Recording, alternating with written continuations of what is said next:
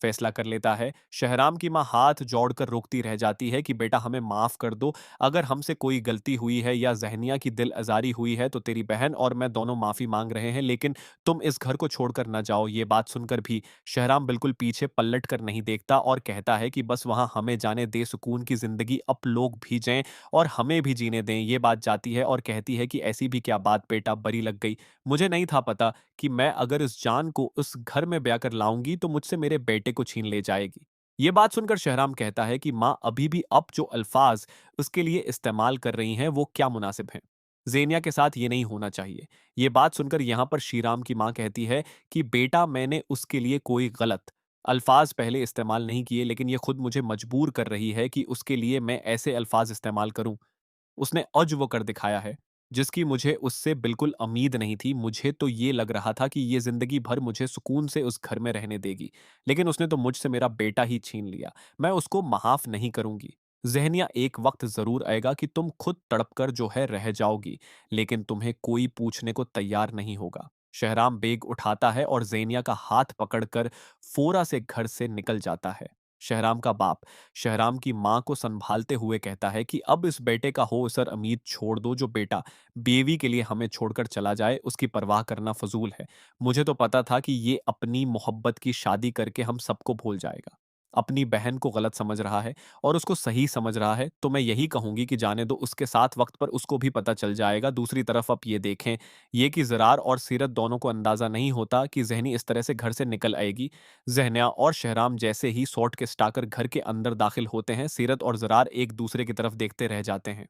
सीरत कहती है कि बेटा खरीद से अब लोग सॉर्ट किस तरह कर क्यों लाए हैं, तो शहराम जो है वो कहता है कि हम जब तक अपार्टमेंट ढूंढ लें तब तक हम यहीं पर रहेंगे, क्योंकि मैं अपने माँ बाप को छोड़कर आ चुका हूँ। ये बात सुनकर सीरत के चेहरे पर कुछ मुस्कुराहट होती है कि फाइनल डिजीनिया ने अपनी चाल कामयाब कर लिया और अपने लिए बहुत बड़ा फैसला कर लिया है ज़ेनिया का। या फैसला ज़ेनिया के लिए मुसब्बत साबित होगा, क्योंकि ज़ेनिया ने जो है अच्छा किया है। वैसे भी जो होती है फैमिली एक साथ, उसमें मसले मसाइल हमेशा चलते रहते हैं। उससे बेहतर है कि ये आज़ाद हो गई। ज़ेनिया को लेकर सीरत ऊपर चली जाती है तो ज़रार कहता है कि शहराम, मुझे तुम्हारी ये बात सुनकर बहुत तकलीफ हुई।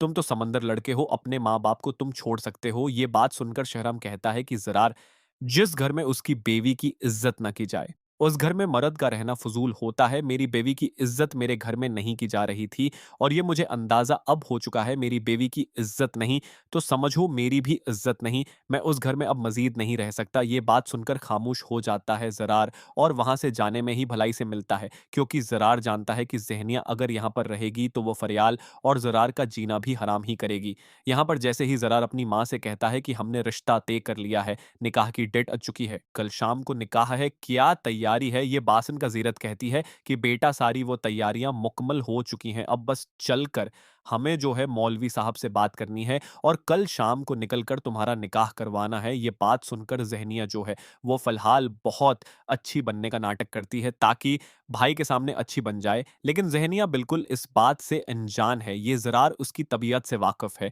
ज़रार से आराम से कहता है कि अब लोग नहीं जा रहे, अपार्टमेंट देख रहे हैं।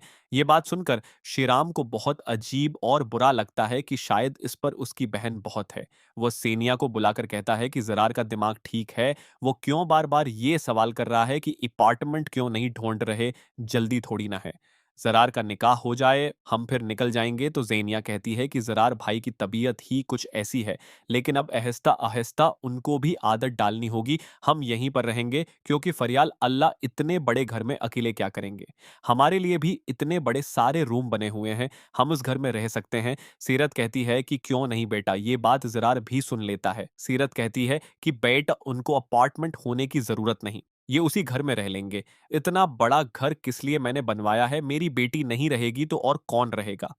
ज़रार कुछ बोलता सीरत कहती है कि मैं जानती हूँ बेटा तुम बहुत खुश हो अपनी बहन के उस घर में होने से। ये बात सुनकर ज़रार खामोश हो जाता है, बल्कि मन नहीं, मन में उसको तकलीफ होती है कि ये फैसला मेरे लिए तो बहुत गलत साबित होने वाला है। अगले दिन जैसे ही निकाह का टाइम होता है, सारे लोग पहाड़ते हैं। ज़ेनिया के खून को खोलने लग जाता है, लेकिन फिर भी ज़हनिया मजबूरा खामोश होकर ये तमाशा देखने लगती है कि हो जाने दो, एक बार निकाह फिर हम देख लेंगे। उस चीज़ को ये बात सुनने के बाद जो है यहाँ पर शहराम का हैरान होकर देने की तरफ देखता है, लेकिन आखिरकार निकाह हो जाता है। ज़ेनिया दिल में से उठती है कि उसको अगर मैंने लोहे के चने न से बवाए तो मेरा नाम ज़ेनिया बदल कर रख देना। शादी के अगले सुबह ही ज़रारा अफ़स जाने लगता है, क्योंकि ज़रा ने अफ़स से छुट्टी नहीं ली होती।